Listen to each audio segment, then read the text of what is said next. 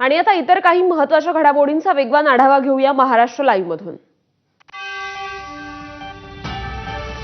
मुंबईतील आझाद मैदानात 5 दिवसांपासून सुरू असलेल्या मनोज जरांगे पाटलांच्या उपोषणाला अखेर यश आलंय। सरकारकडून जरांगेंच्या एकूण 8 मागण्यांपैकी 6 मागण्या मान्य करण्यात आल्या आहेत, तर सरकारच्या वतीनं त्याचा अध्यादेश जरांगेंना देण्यात आला। त्यानंतर मनोज जरांगेंनी मराठा बांधवांचा कौल घेत उपोषण मागे घेतलं, तर मराठा आरक्षणासाठीच्या प्रयत्नांना अखेर यश आल्यानं मनोज जरांगे पाटलांना अश्रू अनावर झाले। ऐका एक मिनिट ऐका, पोरं ऐका, हा म्हणून अरे कारण याच्यापेक्षा काय पाहिजे आपल्याला, याच्यापेक्षा काय पाहिजे पोरं आपल्याला, याच्यापेक्षा काय पाहिजे, हा म्हणू का? खाली बसलेले मंडपातले ओके जिंकलो रे राजा बापू तुमच्या ताकदीवर।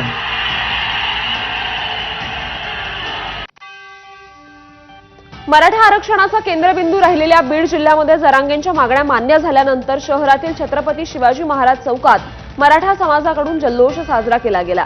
फटाक्यांची आतिषबाजी आणि जोरदार घोषणाबाजी करून जल्लोष साजरा करण्यात आला।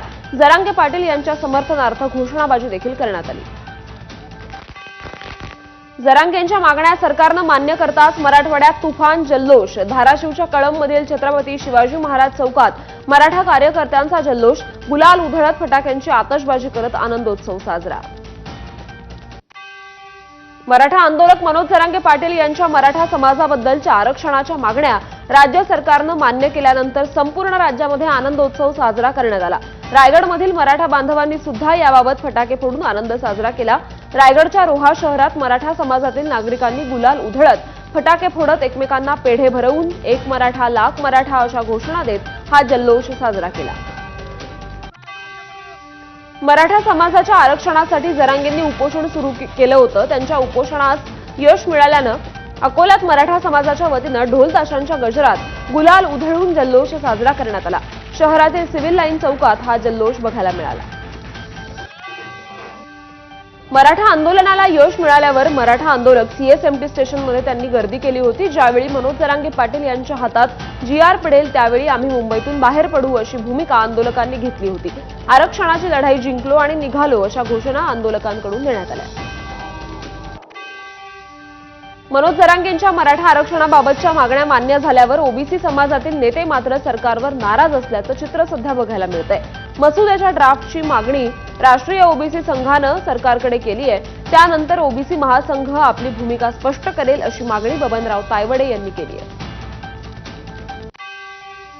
सरकारने जो कुठला ड्राफ्ट शासन निर्णय काढण्याकरता तयार केलेला असेल, जो ड्राफ्ट ते आंदोलनकर्त्यांना दाखवणार आहेत, तोच ड्राफ्ट आम्हाला सुद्धा पाठवून आमची सुद्धा संमती सरकारने घ्यावी अशी आमची अपेक्षा आहे। मराठा समाजाच्या मागण्या सरकारनं मान्य केल्यानंतर ओबीसी समाजात असंतोष बघायला मिळतोय। अशातच राष्ट्रीय ओबीसी महासंघाच्या साखळी उपोषण सध्या सुरू आहे। या उपोषणात सहभागी झालेल्या ओबीसी आंदोलकांनी स्पष्ट केलं की शासन आदेश आल्यानंतर आपली भूमिका स्पष्ट करू। राष्ट्रीय ओबीसी महासंघातर्फे अंतिम जीआर जोपर्यंत येत नाही तोपर्यंत त्याच्यावर आम्ही निर्णय देणार नाही। आम्हीचे राष्ट्रीय ओबीसी महासंघाची आमची संविधानिक मागणी असते। आता त्यांना काय दिलं याचा जोपर्यंत आम्ही अभ्यास करत नाही तोपर्यंत राष्ट्रीय ओबीसी महासंघ या संदर्भात काही भूमिका मांडणार नाही। आमची भूमिका ठाम आहे। आमच्या आरक्षणाला धक्का न लावता आमचं जे आरक्षण आपलं राष्ट्रीय साखळी उपोषण जे सुरू आहे, आमची जोपर्यंत शासन आम्हाला बोलवून सांगत नाही तोपर्यंत या संदर्भात आम्ही आमची काही भूमिका क्लिअर करणार नाही। माणगाव तालुक्यातील देवळी गावात जमीन खचल्या कारणास्तव एक मोठी दुर्घटना घडली। देवळी गावात एका घराची संरक्षण भिंत मध्यरात्री कोसळून थेट शैलेश सुरेश भोजने यांच्या घराच्या किचनवर आदळून मोठं नुकसान झालंय।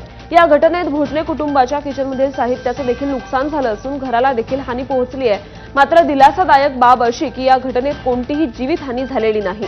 या घटनेची माहिती मिळताच सरपंच विनेश डवले यांनी तात्काळ घटनास्थळी धाव घेऊन पाहणी केली आणि मदतीचं आश्वासन दिलं। राजकीय दृष्ट्या संवेदनशील असलेल्या बुलढाणा जिल्ह्यात सध्या बॅनर वॉर रंगल्याचं चित्र आहे.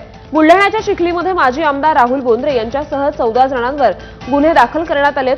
मतचोरी विरोधातील काँग्रेसच्या मोहिमेला उत्तर देण्यासाठी लावलेले बॅनर्स फाडल्यानं माजी आमदार राहुल बोंद्रेंसह 14 जणांवर गुन्हे दाखल करण्यात आले.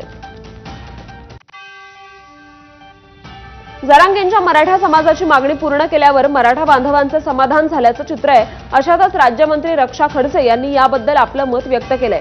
मराठा समाजाला न्याय देण्यासाठी मागील काळात मी मुख्यमंत्री देवेंद्र फडणवीस यांनी 10% आरक्षण दिलं होतं. त्यात राहिलेल्या काही मागण्या सरकारनं उपसमितीच्या माध्यमातून पूर्ण केल्याचं खडसेंचं म्हणणं आहे. मागच्या काळामध्ये सुद्धा आपल्या राज्याचे मुख्यमंत्री आदरणीय देवेंद्रजी असतील, आदरणीय शिंदेसाहेब असतील, अजितदादा पवार असतील, यांनी नेहमी भूमिका हीच ठेवलेली आहे की आपल्याला समाजाला न्याय द्यायचा आहे. मला असं वाटतं की मराठा समाज आज जो काही निर्णय सरकारच्या माध्यमातून घेतलेला आहे नक्कीच त्याबद्दल समाधानी असेल. आणि या बातम्यांसोबत महाराष्ट्र लाईव्हमध्ये एक छोटासा ब्रेक घेतोय. बघत रहा.